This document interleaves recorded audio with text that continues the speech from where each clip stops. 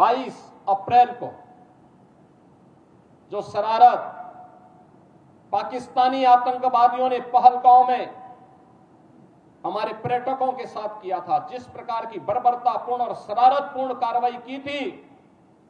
उस आतंकी कृत्य की हर भारतवासी ने निंदा ही नहीं की थी, बल्कि पाकिस्तान को सबक सिखाने की भी ठानी थी। और प्रधानमंत्री मोदी जी का जो संकल्प था, हमारे बहादुर जवानों ने, तीनों सेनाओं ने पाकिस्तान को उसका करारा जवाब देकर के आज आप देख रहे होंगे किस रूप में अलग थलग पड़ा पाकिस्तान आज दुनिया के सामने कराहता हुआ नजर आ रहा है। आपने पाकिस्तान को बेशर्मीपूर्ण चरित्र देखा है कि जब भारत की कार्रवाई से आतंकवादी मारे गए, उन आतंकवादियों के जनाजे में पाकिस्तान के शीर्ष सैन्य अधिकारियों की उपस्थिति, पाकिस्तान के राजनेताओं की उपस्थिति दुनिया की आंखों को खोलने वाला होना चाहिए कि पाकिस्तान आतंकवाद को प्रश्रय ही नहीं देता, बल्कि आतंकी गतिविधियों में सीधे सीधे लिप्त है। और उसकी संलिप्तता इस बात को दिखाती है कि पाकिस्तान अब अपने वजूद के लिए जूझता हुआ दिखाई देगा। हर भारतवासी का दायित्व बनता है इस समय हम भारत की सेनाओं के मनोबल को बनाए रखने के लिए, देश की सुरक्षा के साथ कोई भी अगर शरारती तत्व किसी प्रकार की शरारत करता है तो पूरी सजगता और सतर्कता के साथ हम सबको भी अपनी सेनाओं के मनोबल को भी बढ़ाना है, सुरक्षा बलों के साथ भी खड़ा होना है। साथ साथ किसी भी उस शरारतपूर्ण कार्रवाई को जो सुरक्षा में सेंध लगाती हो उसको बेनकाब भी करना है। तमाम प्रकार की शरारतें होंगी, सोशल मीडिया के माध्यम से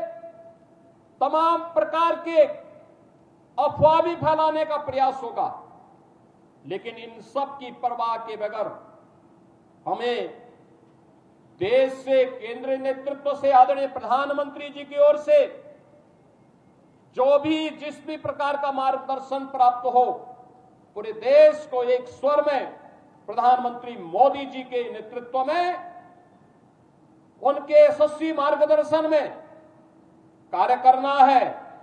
भारत हर हाल में विजयी है और विजयी रहेगा, इसमें कोई संदेह नहीं होना चाहिए।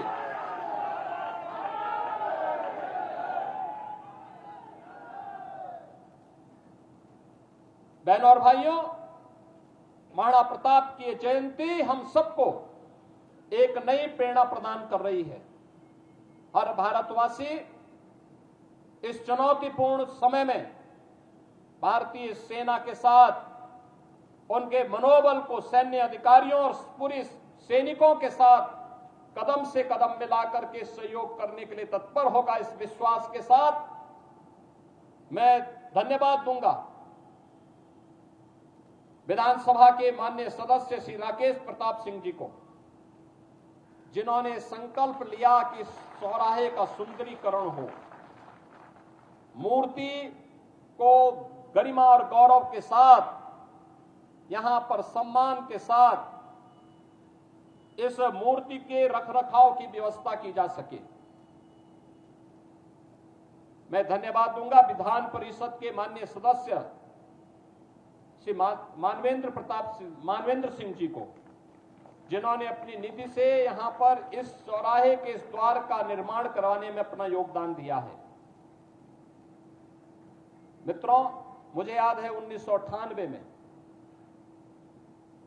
इस चौराहे पर मूर्ति की स्थापना का प्रस्ताव, उस समय स्वर्गीय बाबूजी कल्याण सिंह जी मुख्यमंत्री थे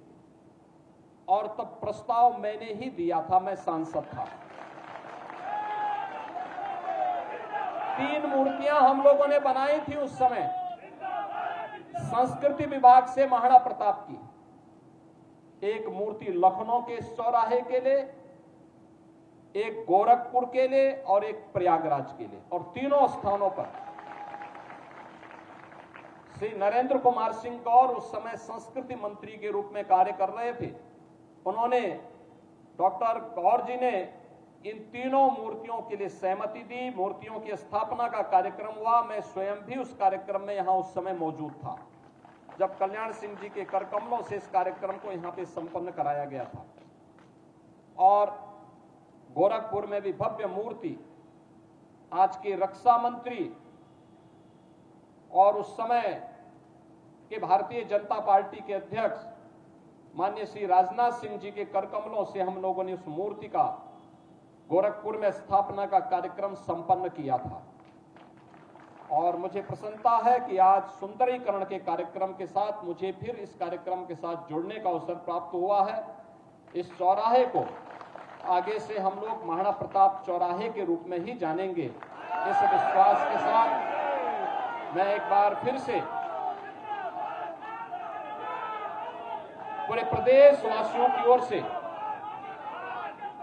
देश की बहादुर सेनाओं के मनोबल को बढ़ाने के लिए